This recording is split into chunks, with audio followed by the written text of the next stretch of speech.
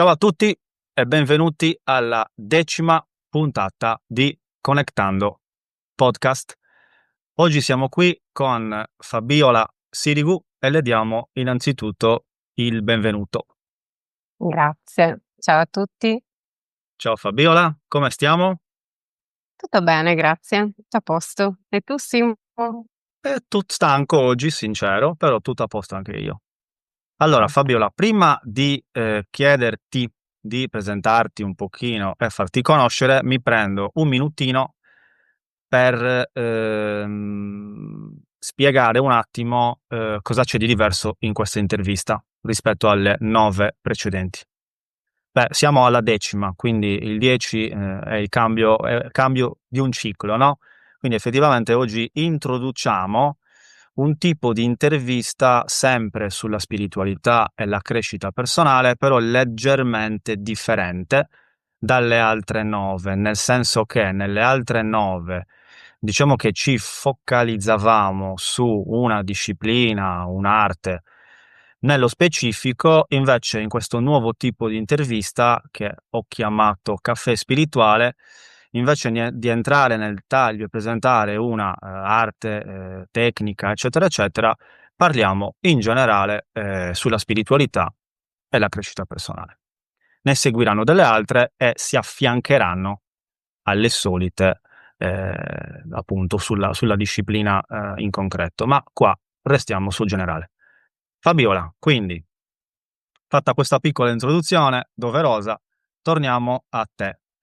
Ti chiedo gentilmente di presentarti ai carta bianca un attimo e di farti conoscere, perché io ti conosco, ma chi ci ascolta non ti conosce, quindi dici qualcosa.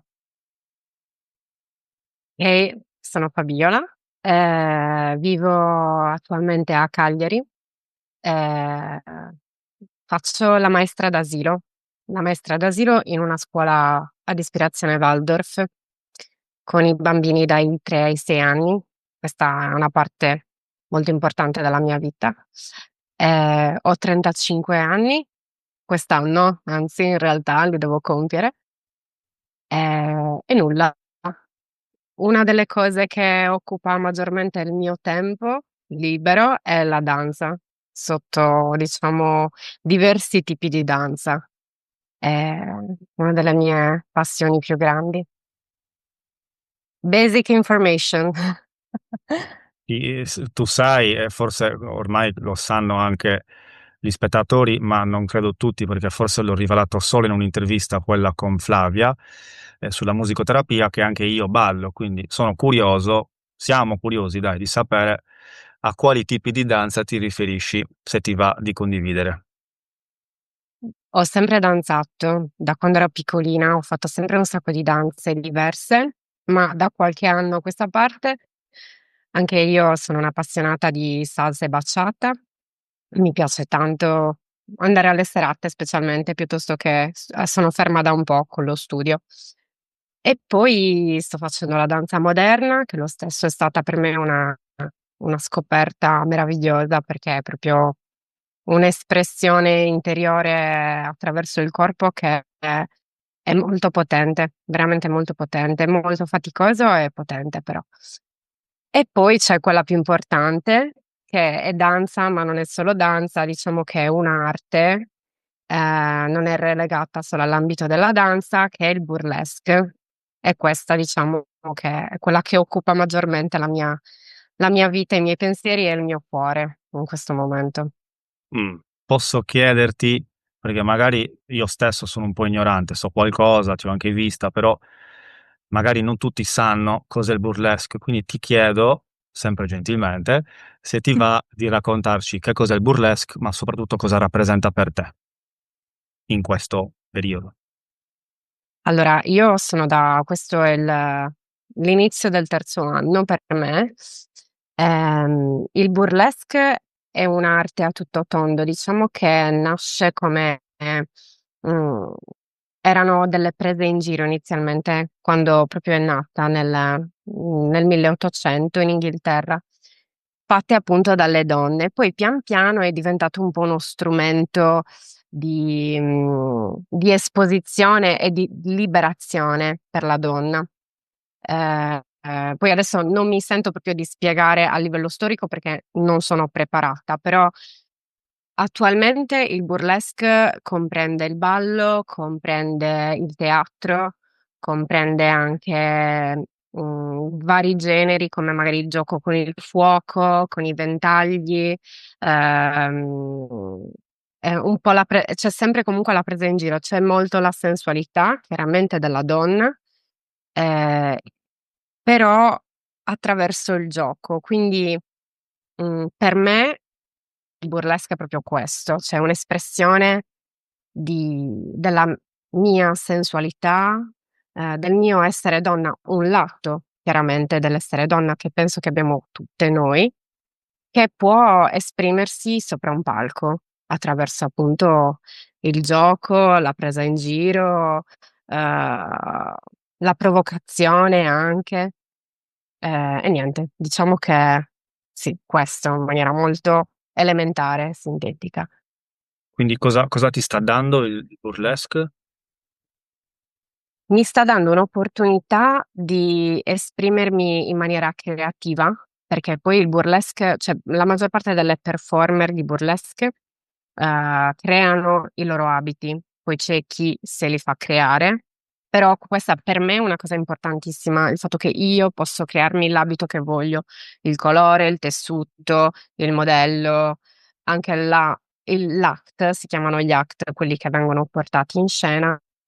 L'act lo crei da zero, quindi scegli la musica, la tipologia, il genere, perché poi è molto ampio anche da quel punto di vista. C'è il classico burlesque e c'è invece anche il neo burlesque e, ripeto, vari altri generi. Quindi sì, creatività, sensualità, gioco. Poi io sono mi piace molto il gioco, cioè è un po' la trasformazione di quello che noi eravamo nell'infanzia, no? Per me io il gioco lo esprimo in questo, Bello. in questa disciplina. Quindi quando mi dici no, stasera sono occupata perché sto creando, sto cucendo, eccetera, eccetera, non stai trovando delle scuse, ma effettivamente sta succedendo davvero. Ok. È proprio vero, sì. Ci sono stati anche dei weekend che ho passato proprio cucendo, attaccando strass, di tutto, proprio da zero, facendo anche le calze, anche le autoreggenti, l'intimo, tutto, tutto. Si possono fare le collane, gli orecchini, tutto, tutto, tutto. Quindi hai molto spazio, ecco, per creare e inventare. Ok, quindi insomma una parte importante all'interno del mondo burlesque. Bene. Allora non posso fare a meno di domandarti una cosa, perché all'inizio dell'intervista hai detto che lavori come, adesso mi correggerai, perché non pronuncerò bene, perché non mi ricordo bene come si pronuncia, ma hai detto che lavori in una scuola Waldorf, giusto? Waldorf lo dicono in Inghilterra, si può dire Waldorf, io ho imparato Ok. Waldorf, però è Waldorf. Ok, Waldorf, bene. Perché te lo sto chiedendo? Perché la prima intervista, tornando ai numeri, questa è la Sì, 10ª che chiude un ciclo, la prima è stata con Maria, una ragazza argentina che è una maestra antroposofa. Lei ha parlato dell'arte della parola, non so se l'avete visto, in tal caso lo trovate nel sì, primo episodio, e lei è, insomma, è in quel filone ovviamente, perché l'antropologia poi si concretizza nella scuola Waldorf, giusto? sì, Interessante questa, come dire, corrispondenza, chiamiamola così.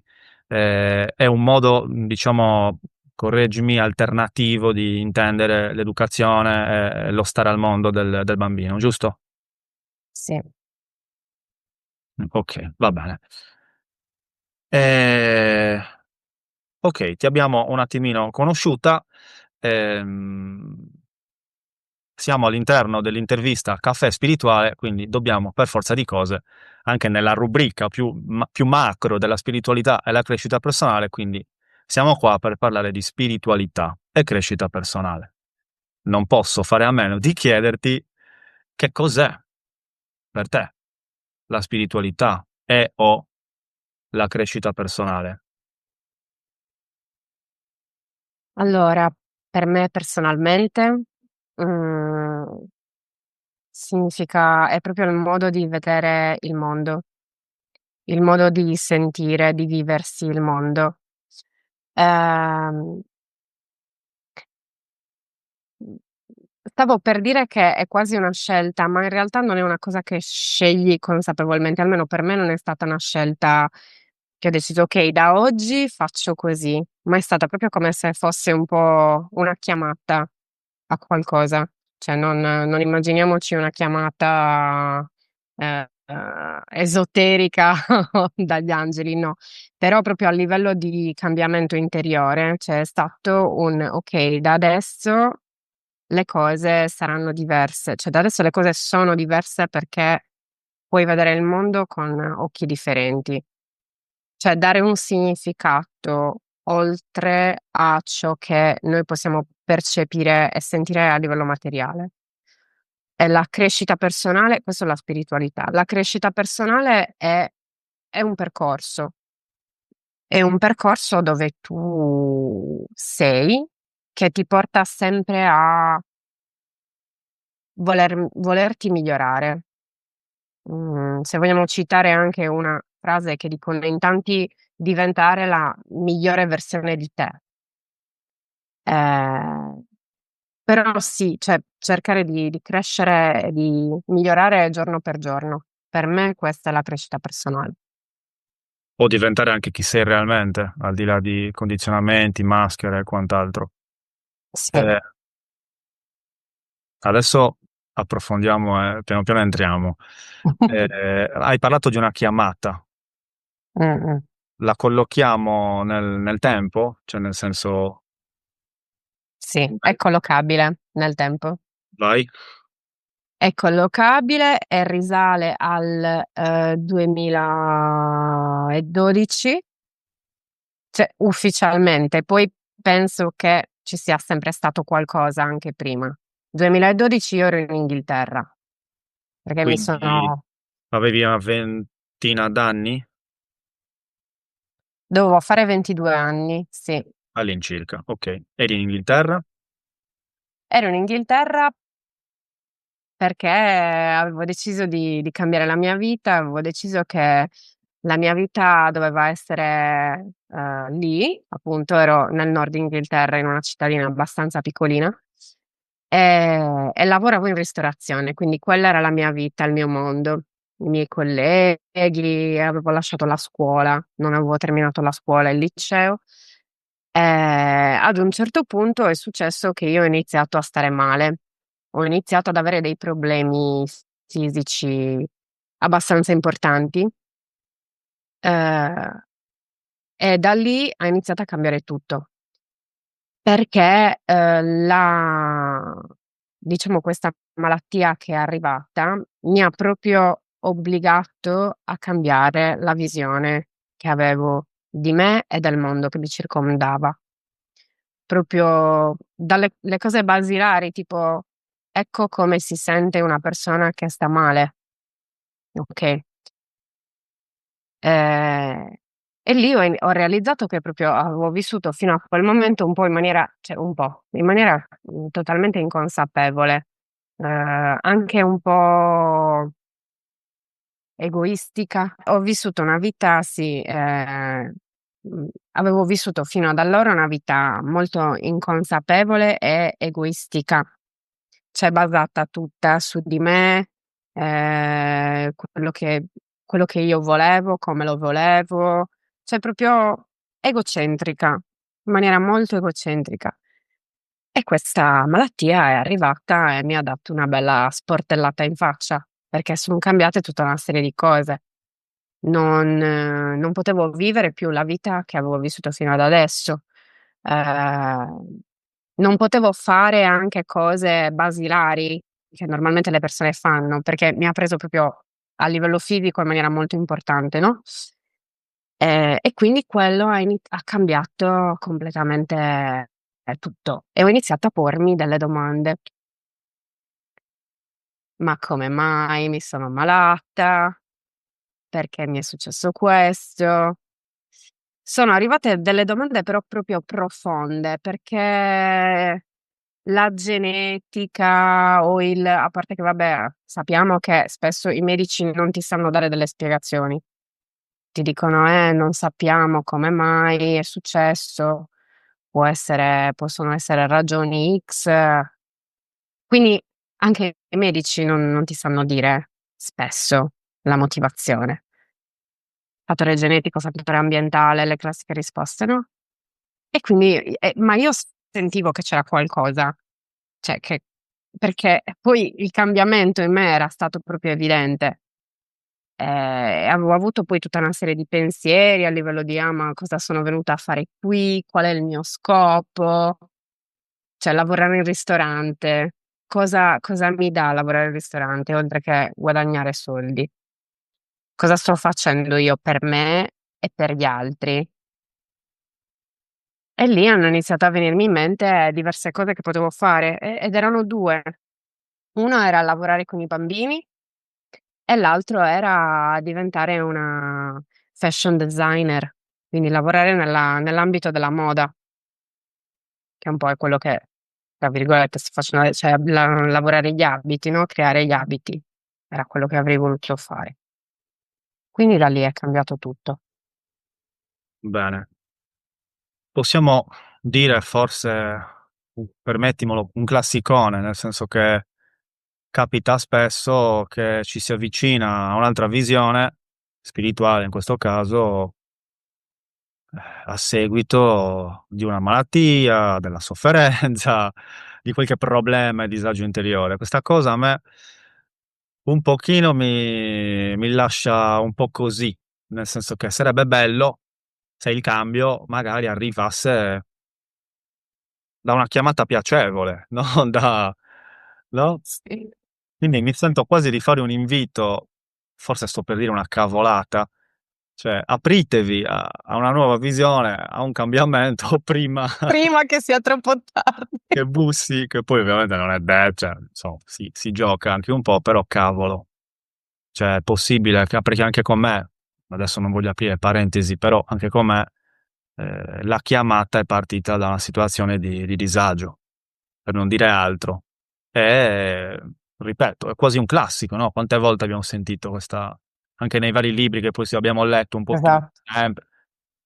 Quindi finché siete in tempo so Vabbè, a ognuno poi arriva ciò di cui ha bisogno. Io avevo bisogno di quello. Poi ci sono persone che magari sono cambiate invece facendo altro, cioè non necessariamente chiamali, però secondo me, io ero proprio così, capito? Quindi avevo bisogno della staccato botta. staccato Sì, e sardo scusate, ti è arrivata la botta, tu ti sei espressa meglio. Chiaro, chiaro, magari può essere cioè auspicabilmente forse è meglio, ma no, poi ci perdiamo lì, però magari un disagio interiore, non mi sento tanto bene, sono un po' perso, non so che fare, non trovo un senso, allora magari ti approcci ad altre visioni. La malattia, insomma, col senno del poi diciamo sì, però cavolo, quando arriva sicuramente non è facile, quindi vabbè, comunque, dai, senza perderci troppo. Quindi è arrivata questa chiamata intorno ai 20 anni, dicevi più o meno all'incirca? sì, Okay, poco dopo i 20, sì. 22, cioè stavi in Inghilterra, ma invece prima di quei 22, perché adesso io forse lo so o forse non lo ricordo, però se ti va, ma prima di quei 22 invece, cioè con la spiritualità, crescita personale, lettura di qualche libro, come eri posizionata? Ancora Io niente? zero, ma a casa mia c'erano tutta una serie di libri. Partiva, tutto questo è partito da mio padre, cioè mio padre appunto, prima che io ci arrivassi a Steiner, appunto Rudolf Steiner, mio padre aveva letto diversi libri di Rudolf Steiner, poi mio padre è appassionato di Carlos Castaneda, aveva letto tutti i libri da ragazzino, credo si li avesse letti terminati, quindi si respirava comunque qualcosa a casa. E poi i miei genitori comunque avevano conosciuto anche Gabriella Mereu. Io vabbè forse avevo 13-14 anni. Insomma, anche loro avevano iniziato a farsi delle domande. Io non ero assolutamente interessata, ma non ero nemmeno, cioè non mi coinvolgevano poi più di tanto in queste cose, se le tenevano molto per sé. Però comunque sicuramente io l'ho respirata questa cosa a casa. Poi anche Senti, gli odorossi, insomma. sì, Gabriela Mereu con la sua terapia verbale, Castaneda, un antropologo che ha fatto un viaggio in Messico, se non sbaglio, ha incontrato uno sciamano, eccetera, c'è Don Juan che gli ha Esatto. cambiato la vita, Jodorowsky, un grande che si occupa di tarocchi, metagenealogia, psicomagia, eccetera, eccetera. Ma questa botta che hai ricevuto, se potessi tornare indietro, la riceveresti di nuovo a cambio di quello che poi è successo nella tua vita? O diresti no, grazie, ma se tornassi indietro starei lì dove stavo e sti cavoli, la botta, la malattia e tutto il resto, No, no, no, assolutamente ringrazio che sia successo questo. addirittura. Sì, sì. Sì, perché, non so nemmeno cosa starei facendo in questo momento se non fossi arrivata. Cioè, forse non sarei riuscita a perseguire veramente il mio sentire, non sarei riuscita a fare quello che sto facendo adesso, perché non mi sarei ascoltata, non ero in grado di ascoltarmi, non mi sapevo ascoltare. Quindi non so che tipo di vita avrei vissuto, una vita, aiuto, sicuramente infelice. Pensi, ipotizzando che saresti stata persa adesso, se non avessi fatto tutto quel percorso? È Infelice, hai possibile. detto. Infelice, hai Sì, detto. sì, Poi chi lo sa, magari no. Cioè, nel senso. anche tu hai ragione, non Eh, possiamo saperlo, però pensando alla Fabiola di quel tempo, non so dove sarei arrivata poi, senza un cambiamento importante. ti reputi che all'epoca fossi inconsapevole, oltre che, insomma, infelice, persa, eccetera. Ma quindi poi cos'è che hai imparato? Dopo aver risposto a questa chiamata, aver fatto tutto questo percorso all'interno della spiritualità, cioè cosa è successo? Quali conoscenze, consapevolezze? Faccio un po' un sunto, Beh, è arrivata una valanga di roba, per perché esempio. perché io mi sono proprio aperta a un mondo differente. Intanto, tu mi avevi dato, ti ricordi, mi avevi dato tu il numero dell'antroposofo, medico antroposofo qua a Cagliari. Eh, maschile? Stai usando un... No, la dottoressa. Ah, ok, perfetto. Ricordo più o meno. Ok, però ho capito, sì. Allora, la possiamo... La possiamo nominare? No, penso di sì, perché no? Ok. La dottoressa Luisa Aru, io ero stata Ok. da lei, e lei è pediatra antroposofa, e lì avevo conosciuto Steiner. Avevo conosciuto Steiner, lei mi aveva parlato di Steiner, mi aveva dato dei libri da leggere, anche che non c'entravano niente con Steiner, però ad esempio mi aveva parlato anche dell'Ho'oponopono, quindi avevo iniziato a vedere tutta una serie di possibilità di crescita, possibilità di vedere il mondo in maniera differente. Questa cosa, la pedagogia Waldorf mi aveva proprio aperto un mondo, perché io mi ero sempre sentita, ehm un pesce fuor d'acqua a scuola, proprio completamente sempre, da sempre, sin dai tempi dell'asilo. Cosa E intendi con pesce fuor d'acqua? Cioè, prova un po' magari a desarrollar, no, questo è spagnolo, a svilupparlo un attimino meglio. nel senso che non mi sentivo bene, non stavo bene, ogni volta che andavo a scuola stavo male.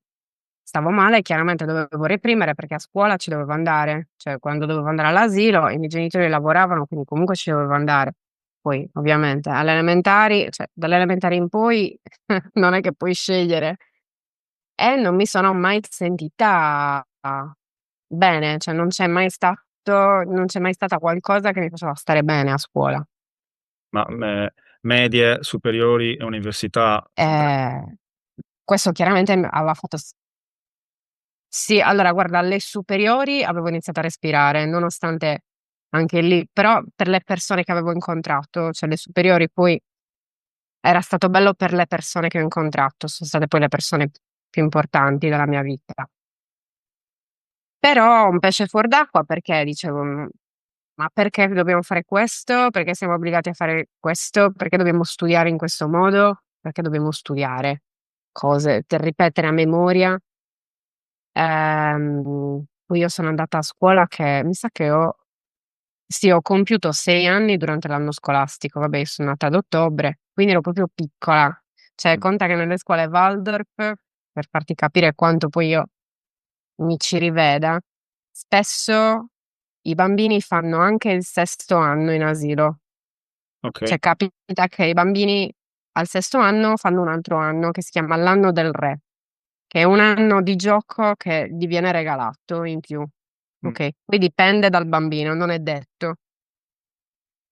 Però, ad esempio, io ne avrei sicuramente avuto bisogno di un anno del re, perché poi cioè, questa cosa mi sono accumulata tutta questa sentirmi inadeguata, perché poi chiaramente a me non mi piaceva, gli altri bambini magari un po' sì, un po' come me, un po' meno di me, alcuni proprio bravissimi, quindi mi sentivo inadeguata.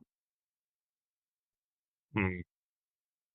Poi hai conosciuto l'antroposofia, la pedagogia Waldorf, e che è successo? Hai scoperto un mondo diverso di fare scuola? Sì, esatto. Mm, Intanto la visione è proprio differente del bambino, dell'uomo anche, cioè perché la pedagogia Waldorf ti parla di anima, ti parla di karma, mm.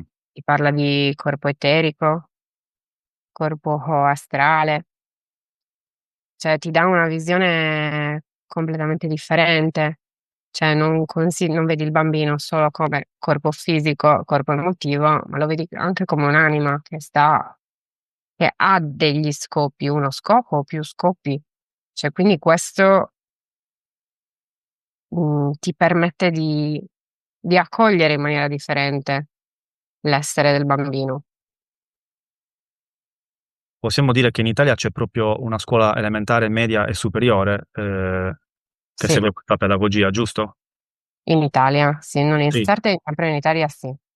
Quindi in Italia abbiamo comunque, perché ricordo appunto, anche i figli di Berlusconi, se non sbaglio, insomma, esistono comunque queste scuole. In Sardegna no, Esiste. ci fermiamo alla scuola media, Per adesso sì, quindi non abbiamo le superiori.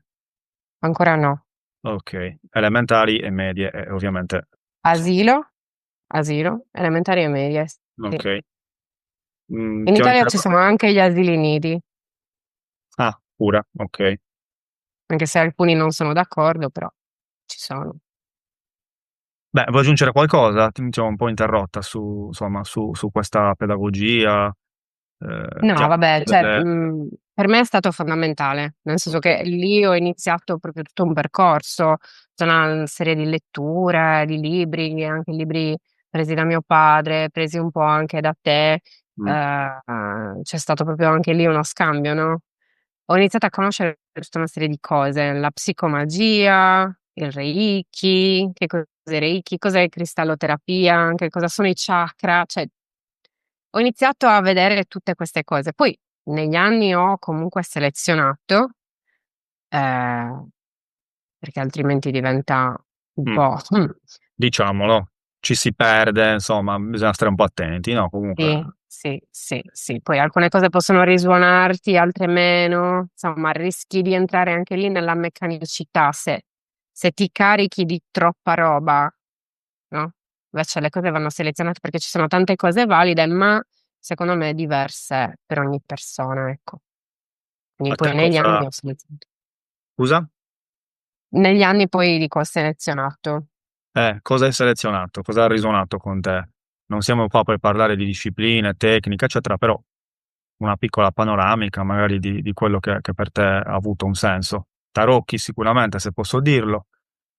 Sì, che sono arrivati però un po' dopo. Allora, cioè, Mm, i tarocchi sono arrivati grazie a Jodorowsky, a Alejandro Jodorowsky, perché mi sono appassionata tanto, di quello che faceva lui con la psicomachia, con la psicomagia. Ehm, e poi sono arrivati anche i tarocchi. Ho iniziato, beh, il primo corso introduttivo l'avevamo fatto insieme, ricordo. Facciamo il nome del nostro maestro. No, Non proprio lo quello possiamo fare. introduttivo, sì, quello introduttivo introduttivo. C'era stato un corso, eravamo Ma andati proprio, online? no. Ah, ho capito, ho capito. Sì, vabbè, sì, dai. Ok, è vero. Eh, sarebbe bello intervistare anche lei. È Sì, una lei, vabbè. giusto? Sì, è una lei, sì, È sì, una sì. lei che abbiamo a Cagliari, prima o poi la contatterò. E poi abbiamo anche il lui, sempre a Cagliari. Vediamo se riusciamo a concretizzare. Siamo in trattativa. Però dai, non facevo nomi né cognomi.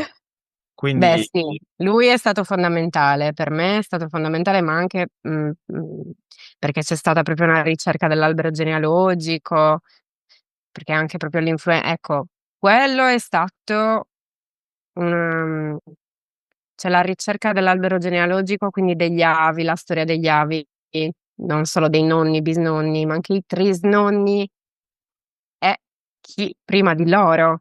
C'è tutta la storia, perché comunque se vai a vedere sono cose, succedono delle cose che poi ci influenzano e anche lì c'è un mondo.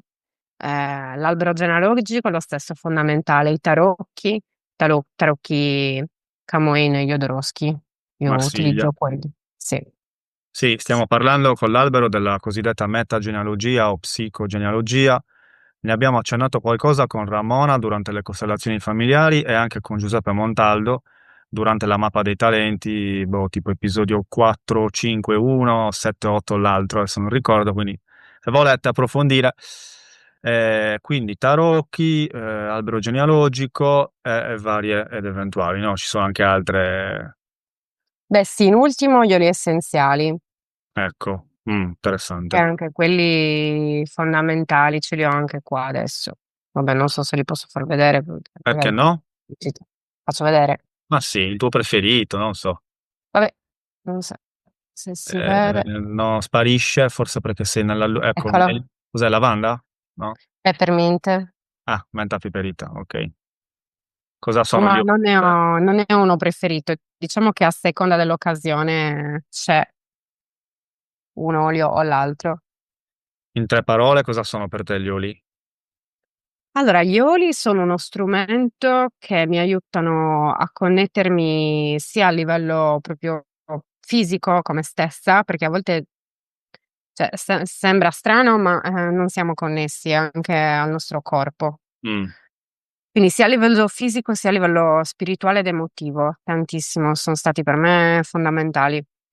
Questi oli in particolare, questi che sto usando, poi vabbè, ne ho provato altri, ma forse non ero pronta, forse non ero in ascolto, comunque sono arrivati questi e questi mi hanno aiutato tantissimo anche per magari problematiche fisiche, ma anche problematiche interiori, se magari mi sentivo in un determinato modo, mi davano supporto e anche questi sono stati proprio, cioè sono in un percorso con gli oli.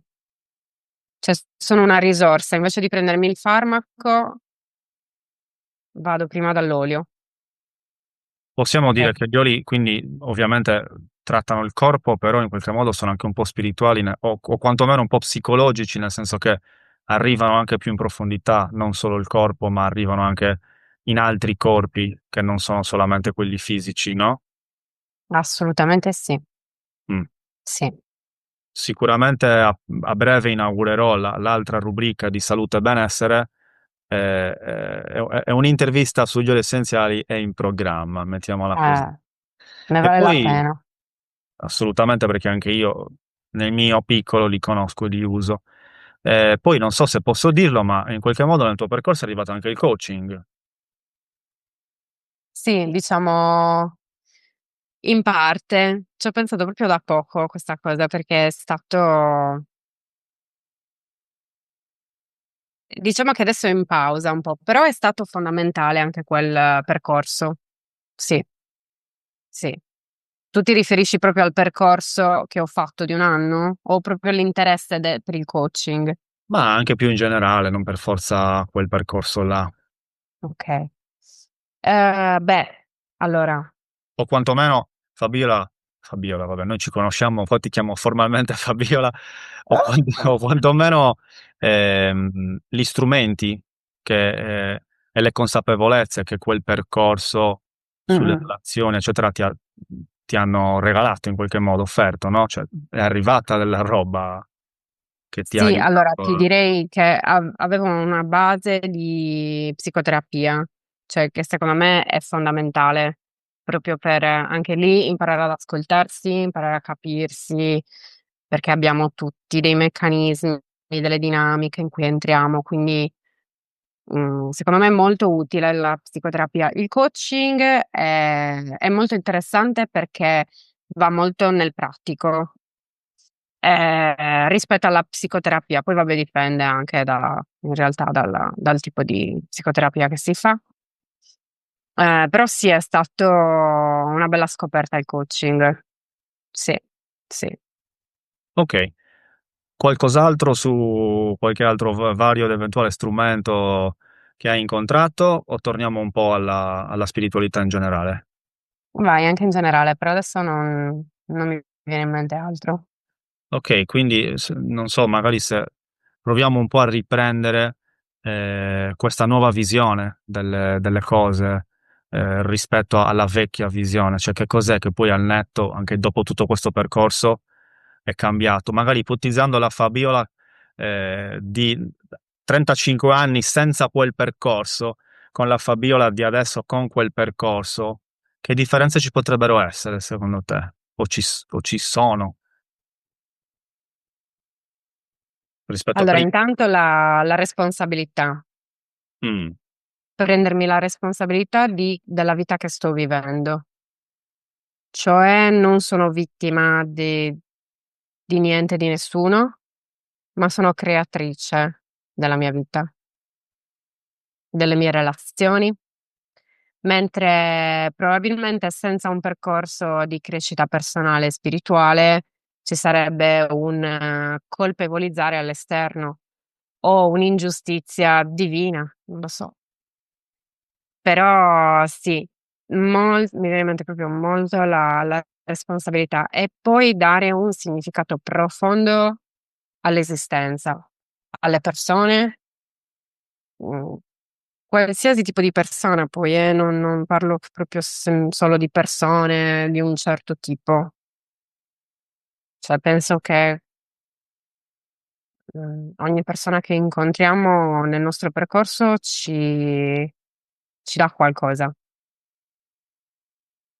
ok. su diversi livelli, anche in maniera negativa. Sì.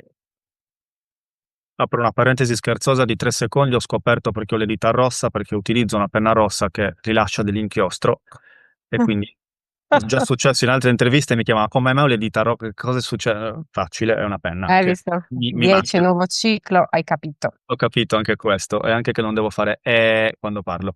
Chiusa la parentesi scherzosa, hai parlato di responsabilità e significato profondo della vita. Responsabilità di cui parla molto un autore a te caro e anche a me, posso dirlo. Immagino che in qualche modo ti riferisca anche a lui, Salvatore Brizzi, no?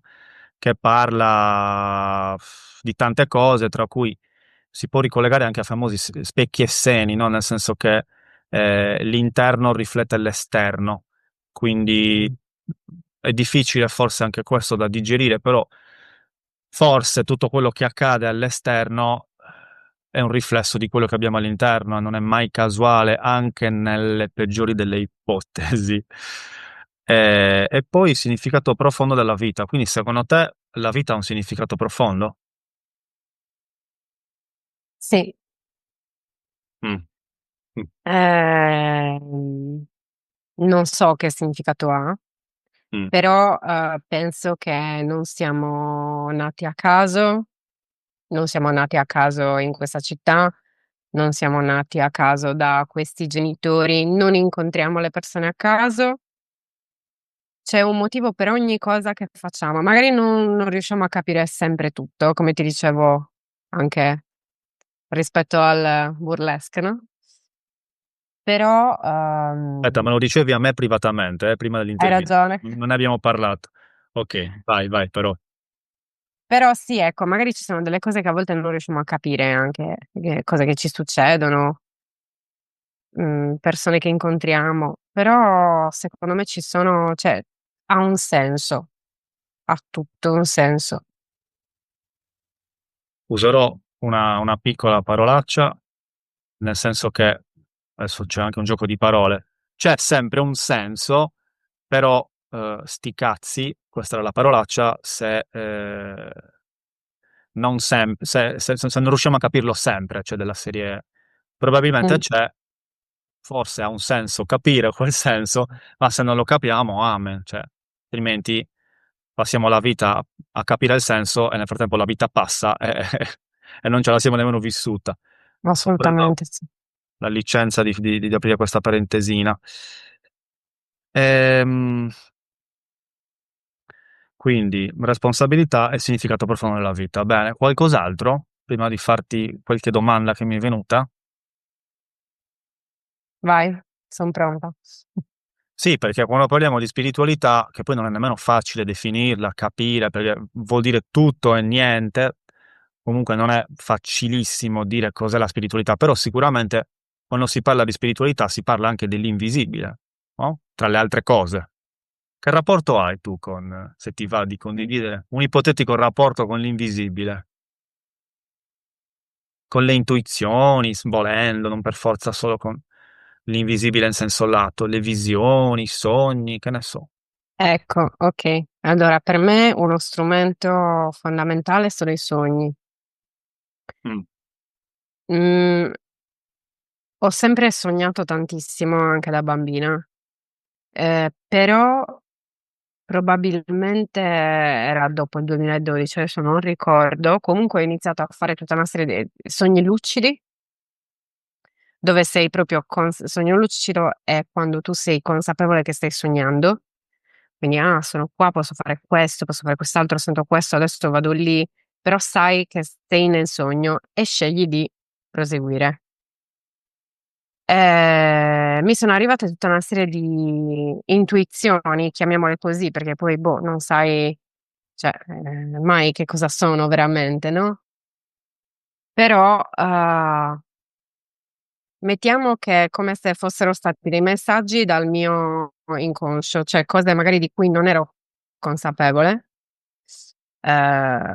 Sì, sono emerse in sogno, quindi anche risoluzioni proprio a problemi, ehm, problematiche che potevano essere relazionali, di amicizia, d'amore, personali a livello emotivo, blocchi magari. Quindi io comunque mi faccio tante domande, mi son cioè da un po' di anni che mi faccio delle domande e i sogni diciamo mi parlano, cioè in sogno io mi parlo. Quindi sono stati uno strumento fondamentale. Ehm, l'invisibile l'invisibile parla anche tramite gli oli essenziali, i tarocchi. Per me quello anche tanto. Parlare, cioè stare in contatto con ciò che non riusciamo a vedere, percepire. ok. Ma sarebbe possibile eh, un accenno a un sogno, a uno che magari ricordi o che è stato importante, un accenno, non per forza dobbiamo aprire parentesi infinite, giusto per darci un'idea, se ti va e te ne vengono in mente.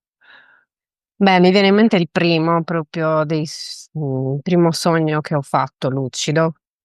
Ah, correva Ehm, l'anno? Cioè, oppure il mese scorso, non so. no, no, era credo che fosse il 2000, forse 2014, 2015. Una buona decina di anni fa, quindi. Sì. Se ti va, dici qualcosa?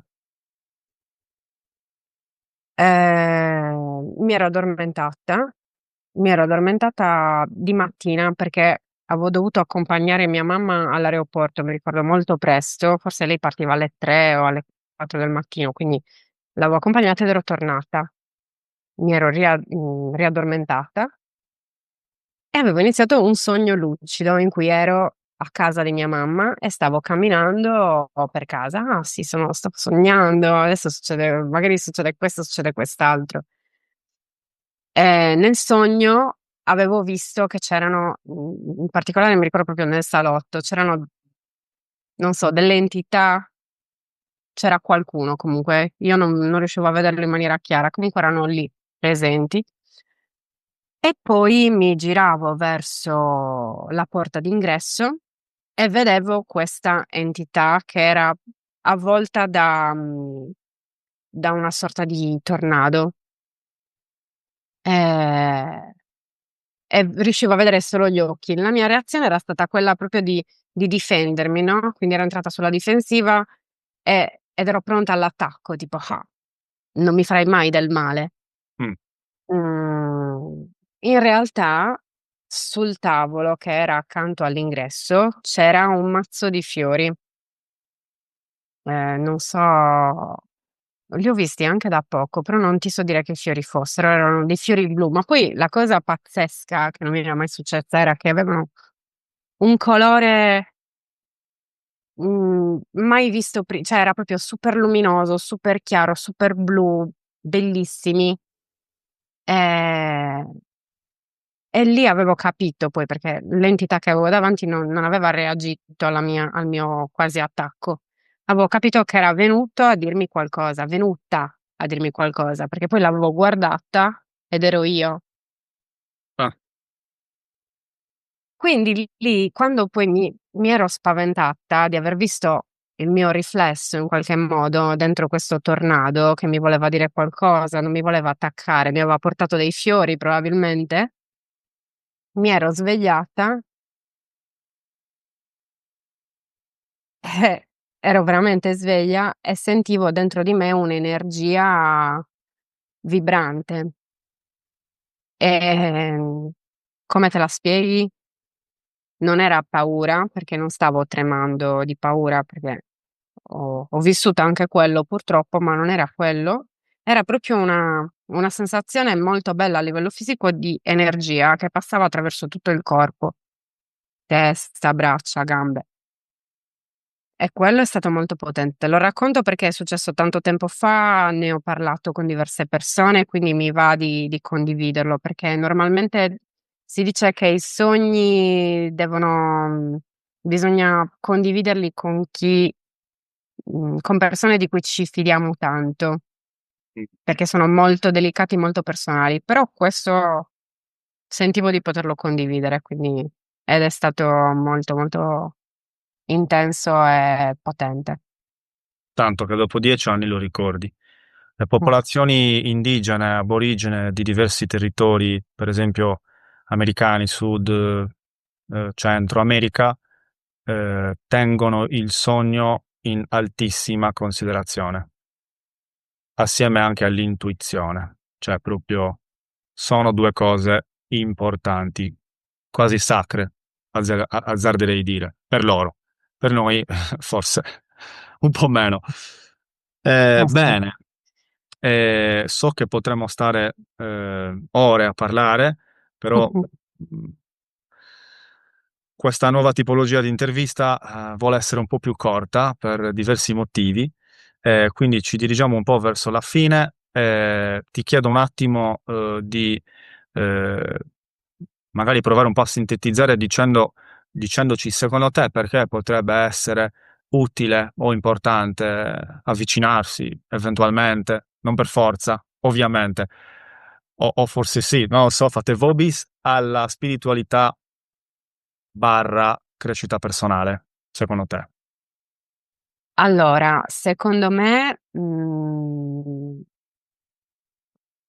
tendenzialmente le persone sono in grado di evolversi. Cioè, è proprio penso che sia una caratteristica naturale delle persone, l'evoluzione, il cambiamento. Perché o ci arrivi tu o la vita ti porta al cambiamento. Ehm Se si sceglie la crescita personale, la spiritualità e la crescita personale con lo strumento che si preferisce poi, perché possono essere veramente tantissime cose, si può scegliere qualsiasi cosa, no, però ognuno ha il suo. È come se venissimo accompagnati nella crescita, cioè è anche un non sentirsi soli, un sentirsi supportati e un stare in contatto con se stessi. Forse l'ho detto diverse volte in questa intervista, però proprio la connessione con se stessi, il conoscersi, poi anche lì ci si conosce in tanti modi differenti, con lo sport, Col con la burlesque. scrittura, col burlesque, con la lettura. Veramente, però secondo me è una cosa che completa e che stimola tanto. Mm. Possiamo dire però a proposito di fiori che non sempre è rose e fiori questo percorso. Cioè, a Sì. volte uscire dalla propria comfort zone, devi pagare un prezzo in qualche modo, no? Cioè, c'è la parte bella di crescita, consapevolezza, però poi a volte ci sono anche momenti un po' così, per non dire altro, no? Però fa parte insomma, chi non risica non rosica. Fa parte dell'evoluzione, cioè questa è una cosa che un pochino a seconda di quello che si studia nell'ambito spirituale esoterico impari, e cioè che c'è la luce e c'è l'ombra in questa realtà e comunque vanno vissute entrambe, non siamo, ecco, una cosa che direbbe Brizzi e che ha detto, ma non so se riesco a riportarlo esattamente come l'ha detto lui, però a me aveva colpito molto. Il fatto che se non impariamo evidentemente nella luce, cioè con la gioia, con, non so, l'amore, è perché evidentemente non siamo così tanto evoluti. Evidentemente dobbiamo ancora sperimentare la malattia, il disagio, la gelosia, la rabbia, cioè son tutte cose che fanno parte della nostra vita e che non dobbiamo demonizzare, anzi dobbiamo ringraziare perché in qualche modo se ci sono è perché ci servono. Sì, quello che volevo dire io per chiudere e completare è che teoricamente la spiritualità e la crescita personale che dovrebbero aiutarti a crescere la gioia, però talvolta hanno anche altri effetti, no? Che forse però sono necessari, cioè a volte ti destabilizzano e ti danno, boh, non so, degli schiaffettini magari per ritrovarti ti contribuiscono un po' anche a perderti e a farti attraversare magari qualche periodo di crisi, nel senso appunto che non è sempre e solo rose e fiori, la spiritualità e la crescita personale, perché evidentemente per evolvere devi passare anche attraverso la crisi. Bene, mi sono preso la licenza poetica di chiudere il tuo discorso. Sì. Eh, Ci avviamo quindi verso la fine, a meno che tu non voglia aggiungere qualcosa. No, anche quest'ultima cosa che hai detto l'avrei detta anche io, proprio così, quindi Diciamo che un pochino ti conosco e posso complementare qualcosa. Bene, allora ci avviamo verso la fine con le 5 domande di rito, così un po' di chiusura. Quindi andiamo subito. Innanzitutto, se hai un libro e o un film nell'ottica della crescita personale, spiritualità, ma non per forza, da consigliarci. Il tuo libro, il tuo film o uno dei due. Tosta. Sì, sai io mi No. trovo sempre molto in difficoltà con i film, specialmente. Dici un libro allora in tal caso, non importa. Ta-da. Allora, un Dai, libro. anche due se vuoi, non lo so, cioè, non per forza uno. Tre. Allora, secondo me, anche per chi allora uno dei libri che mi ha cambiato proprio la visione, però è stato proprio uno dei primi che ormai non leggo da una vita, ma è stato fondamentale nel lontano 2014, Molte vite, molti maestri di Brian Diane Weiss. Weiss, un classico anche questo.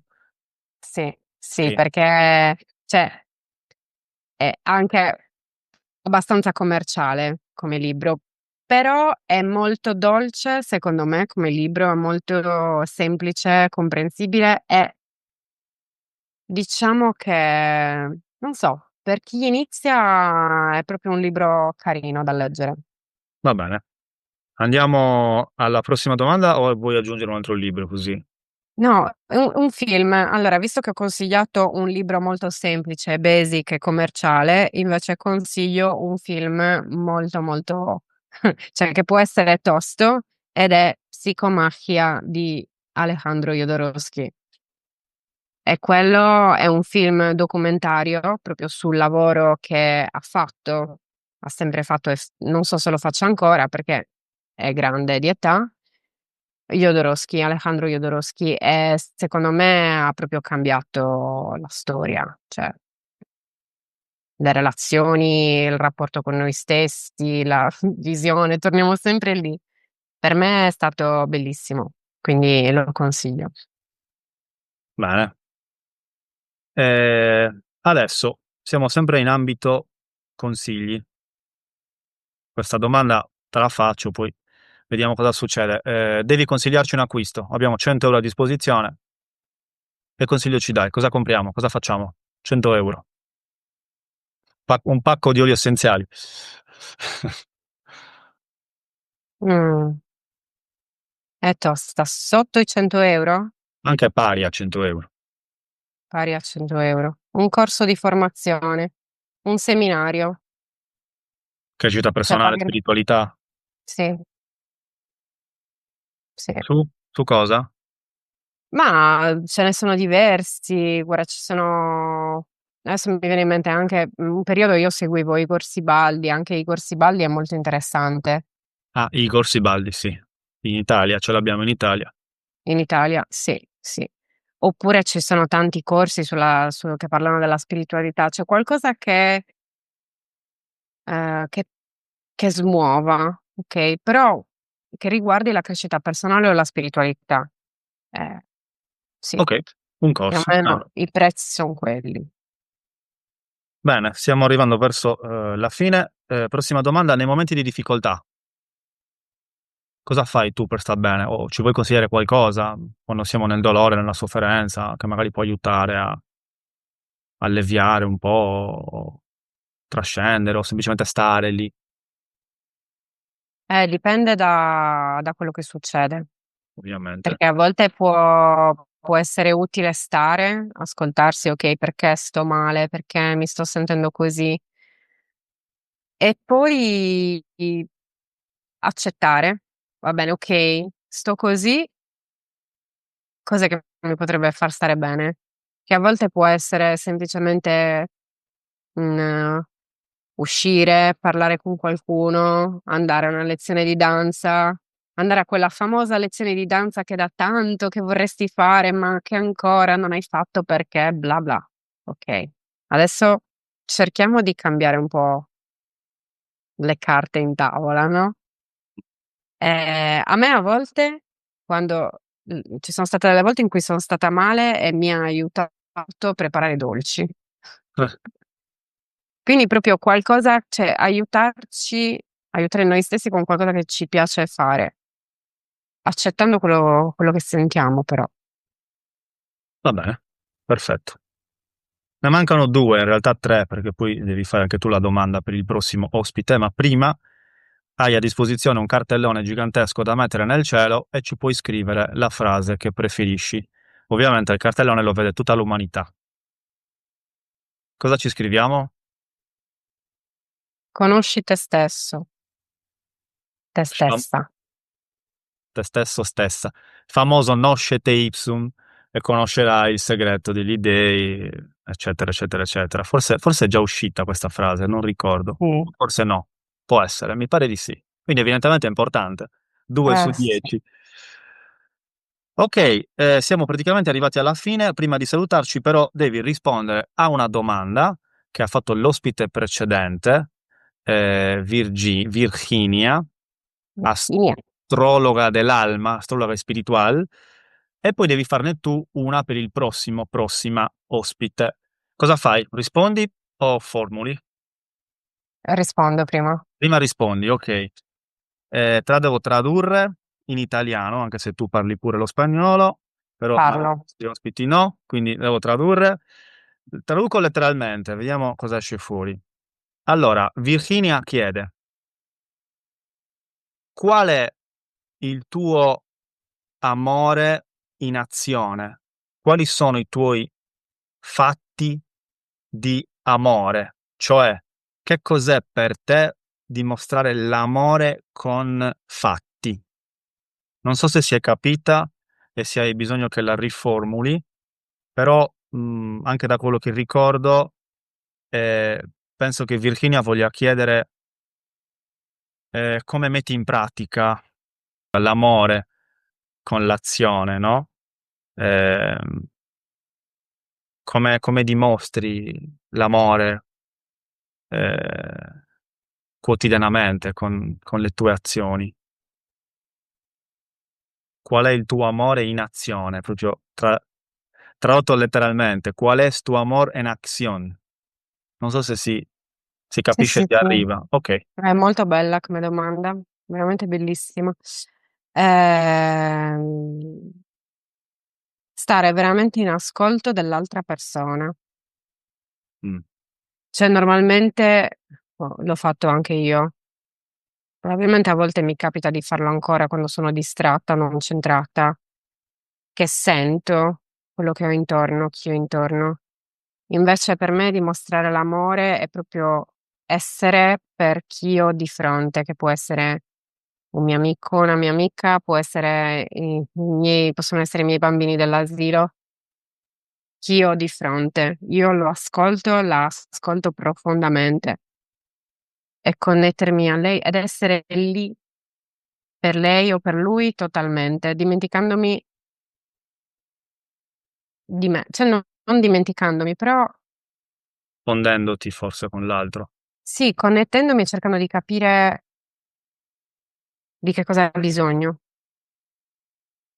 Torna sempre, no? Che è sbagliato. Torna sempre poi quella parolina lì Sì, di connectare. è fondamentale, Bella sì. questa cosa, io ti conosco e posso confermare. In un certo qual modo è anche una forma, non so, amorevole di empatia, che non è per niente scontata e che io, per esempio, so di non aver sviluppato ai tuoi livelli. Confessione dell'ultimo minuto. Bene, Fabiola, adesso tu devi formulare una catena, mi piace sta cosa. Devi formulare la domanda per il prossimo o la prossima. Ti viene qualcosa? Magari una domanda anche tua, occhio, magari una tua domanda personale a cui non hai trovato risposta.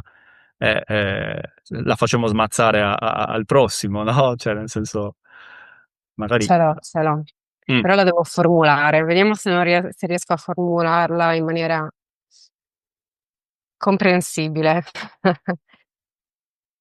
Cosa ti smuove maggiormente? Aspetta. Qual è la cosa che tocca più profondamente, il tuo cuore?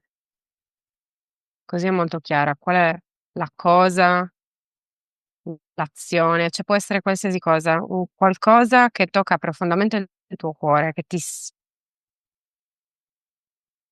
ti permette di sentirti veramente, di sentire il vero te.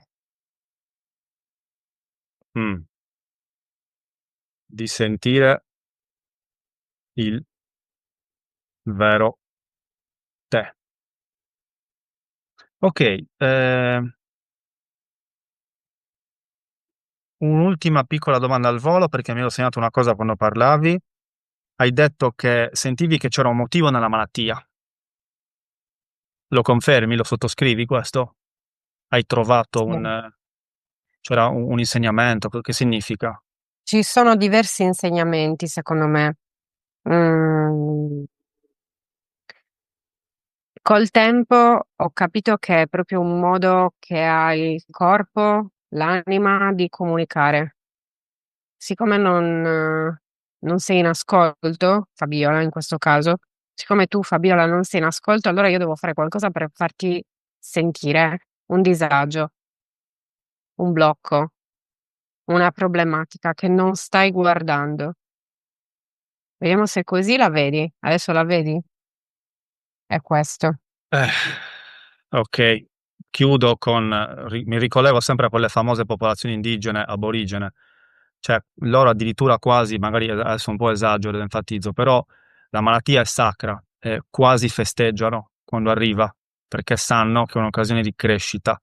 Detto così, aiuto, cioè nel senso, aiuto, però evidentemente, non so, forse qualcosa di vero sotto sotto c'è, e forse anche meno, cioè non troppo sotto, però non voglio infierire.